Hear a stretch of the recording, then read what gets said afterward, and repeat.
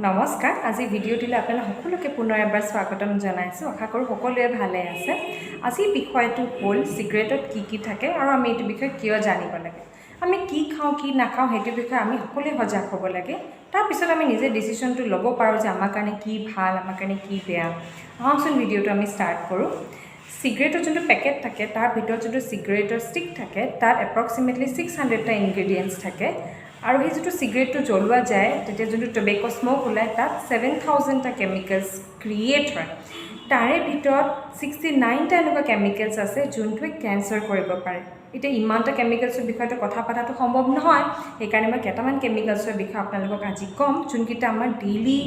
ইউজো হয় প্ৰথমটো হ'ল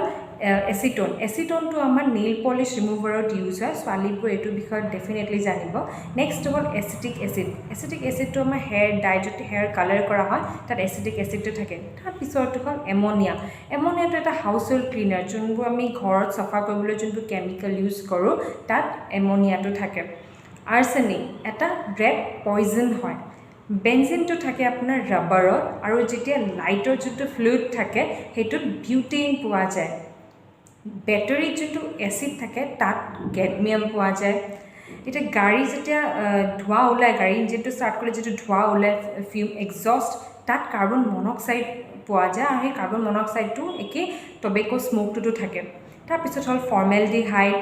লেড বেটাৰিজবোৰত লেড বহু পৰিমাণ থাকে আৰু হেতু সিগাৰেটৰ স্মোকটো ওলাই